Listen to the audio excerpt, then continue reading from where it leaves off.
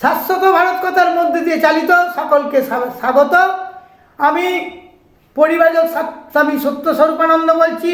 বিষয় মৃত্যু, পরলোক ও পুনর্জন্ম, এই নিয়ে বলতে বলতে কথা প্রসঙ্গে এসে যাচ্ছে। জনগণের স্বার্থেই বলছি, জনগণ ভুল বুঝে বুঝুক, আমার তাতে কিচ্ছু আসে যাবে না। আমি হচ্ছি সূর্য, আমি হচ্ছি দিবাকর। সূর্যের আলো থেকে যদি কেউ ঘরের ভিতরে অন্দরমহলে ঢুকে বসে থাকে, যদি বলে সূর্য আমাকে আলো দিচ্ছে না, সমস্ত আমরা তাই হয়ে গেছি জনগণ। কিন্তু সূর্য তো সকলকে আলো দেবে।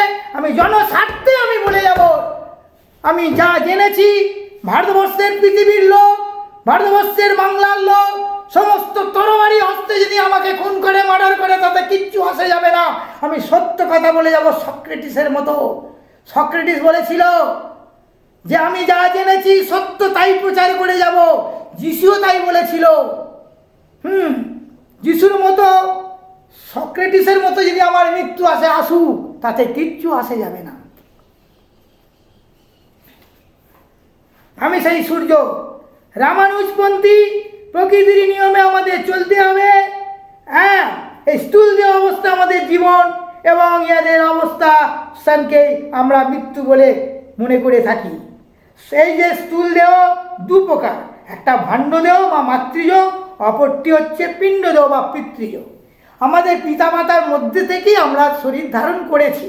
নারী এবং পুরুষ মিলিত শক্তিতে পৃথিবী সৃষ্টি হয়েছে।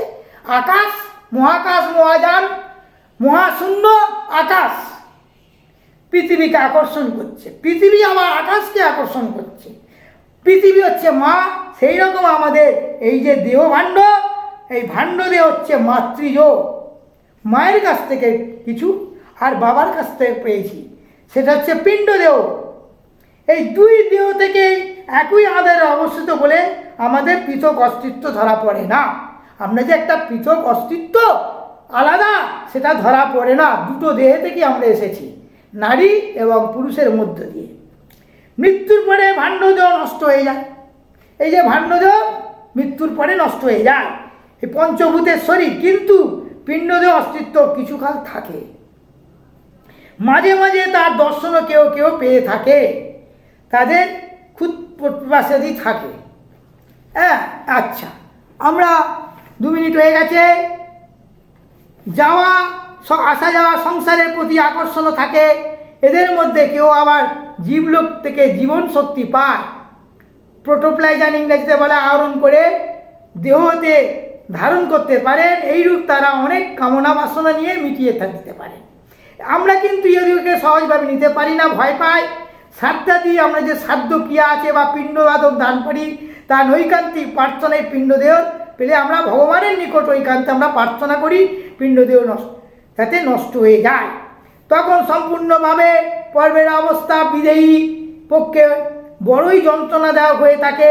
নিজস্ব বোধ, আত্মজ্ঞান হারিয়ে ফেলি, অন্ধ আবেগে ঘোরাঘুরি করতে থাকি, এবং বোধ হয় এটাই নরক যন্ত্রণা বলে অভিহিত করতে পারি। নরক যন্ত্রণা, ন র বয়সন র ক, নরক, এই কথাটিতেই তার পরিচয় আছে। ন সমান চিহ্ন নাস্তি, র আত্মজ্যোতি প্রকাশ, ক মস্তক, জ্ঞানের দ্বারা হোক মস্তক। আত্মজ্ঞান হারিয়ে ফেলে প্রকৃতির অন্ধ আবেগে আমরা প্রবৃত্তির তাড়নায় চলাফেরা করি নামক নরকবাস। এই সংসারে থেকে আমরা অনেক সময় নরকবাসই করে থাকি। আমরা সংসার ধর্ম করেছি কি সত্যি? হ্যাঁ, আদর্শ সংসারী। হ্যাঁ, তো নরক একটা করেছি। আদর্শ সংসারী কেউ হতে পারিনি আমরা, ভোগবাদী সংসার। এই সমস্যার সমাধান কি? এর তাত্ত্বিক দিক কি আছে খুঁজে বার করতে হবে আমাদের। কি পাচ্ছি? বোধ শক্তি। এই বহু বোধহয় সংসার থেকেও সদ্গুরুর চরণ ধরতে হবে। সদ্গুরুকে সমস্ত ভণ্ডামি ভেগদারি গুরু। এই গুরু পূর্ণিমা আগামী দিন আসছে 30 তারিখে। গুরু পূর্ণিমা নিয়ে আমি বলবো, যদি পারি এর মধ্যেই বলবো, আগামীকালই বলে ফেলবো। সদ্গুরু দরকার, সদ্গুরু চরণাশ্রিত হতে হবে। চিনব কি করে সদ্গুরু? এই জন্য গুরু নিয়ে বলবো। তাই তো গীতায় বলা আছে, যিনি উৎপত্তি নাশীল ও জগৎব্যাপী আছেন, তাকে আত্মস্বরূপ করে অবিনাশী জানব। এবং সেই অধ্যায় উৎপত্তি নানা আত্মার বিনাশ করতে পারেন, অর্থাৎ সর্বব্যাপক রূপী আত্মাই যখন সর্বভূতে বিরাজমান, তখন বিনাশ করবে কে এবং কাকে বিনাশ করবে? এই দৃষ্টিতে যদি জগৎকে আমরা দেখতে শিখলে জীবন ও মৃত্যুর এই আপাতত বিরুদ্ধ দুই ভাবের মধ্যে একটা সমন্বয় ভাব আসবে।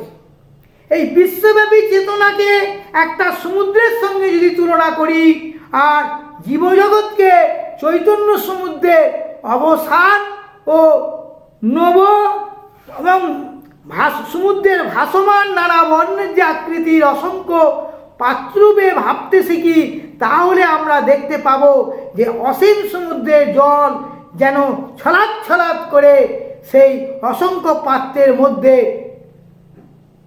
ঢুকে পড়ছে এবং সেই পাত্রের বর্ণ বা আকৃতির সঙ্গে একাকার হয়ে যাচ্ছে, একটা আলাদা আলাদা বৈশিষ্ট্য ধারণ করছে। তার মূলে আছে জল, কিন্তু সেই জলই থেকে যাচ্ছে, তার কোনো পরিবর্তন নেই। পাত্রস্ব যে জালে পাত্রতে জল রাখা হবে, সেই পাত্রের আকার ধারণ করছে, জল কিন্তু জলই থেকে যাচ্ছে বাবা। জলসমুদ্রে জলে ঢেলে দিলে তার বৈশিষ্ট্য লোপ পেয়ে যাবে, তার আলাদা করে চিনতে আমরা পারবো না। যিনি আমরা পাত্র থেকে জল যদি সমুদ্রে ছেড়ে দিই, একাকার মিশে যাবে। জলের যে আকার তো নিয়েছিল, জলই ছিল পাত্রে, যেমন পাত্র তেমন জলের আকার ধারণ করে। গোলাকার হলে গোল ধারণ করবে, চৌকো কোনাকুনি হলে কিন্তু জলই থেকে যায়। সেই জল যদি আমরা সমুদ্রে ফেলে দিই, মিশে যাবে, তার কোনো উপায় থাকবে না, তার আকার আমরা খুঁজে পাবো না। জীব সেই রকম চৈতন্যরূপী স্বরূপ, চৈতন্য স্বরূপ জলকে বুকে নিয়ে স্থির বর্ণ আকৃতির বৈষম্য স্বতন্ত্রভাবে আমরা চৈতন্য সমুদ্রে ভাসছি এবং সমুদ্রের বুকে তরঙ্গের মতো ওঠানামা করছি অনবরত। ব্রহ্ম যে আত্মা, চৈতন্যের বুকে চৈতন্যের যে দৃঢ় স্থির নির্বিকার কর্মফলে সংস্কারে দেহ অভিমানমুক্ত স্বাতন্ত্র্যবোধ জেগে উঠলে জীবের স্বরূপ জ্ঞান লুপ্ত হয়ে যায়। ঘটির জলে পরিমিত লাভ করে যে সব মূলত সমুদ্রের জল, এই বোধ আমরা হারিয়ে বসে। আচার্য ভূপেন্দ্রনাথ স্যানল্যান্ড মহাশয়ের যে গীতা আছে, তাতে বলা আছে, বিরাটে ব্যস্তিত কিবা অনুতে স্থূলেতে তার, সেই এক চিত্রূপ অখণ্ড মণ্ডলাকার। সকল ইন্দ্রিয় দ্বারে যা কিছু বোধিত হয়, সে যে গো প্রকাশ তারুই জল নয়, সে চিন্ময় চিত জড়বৎ ভাসে বাসনার বসে।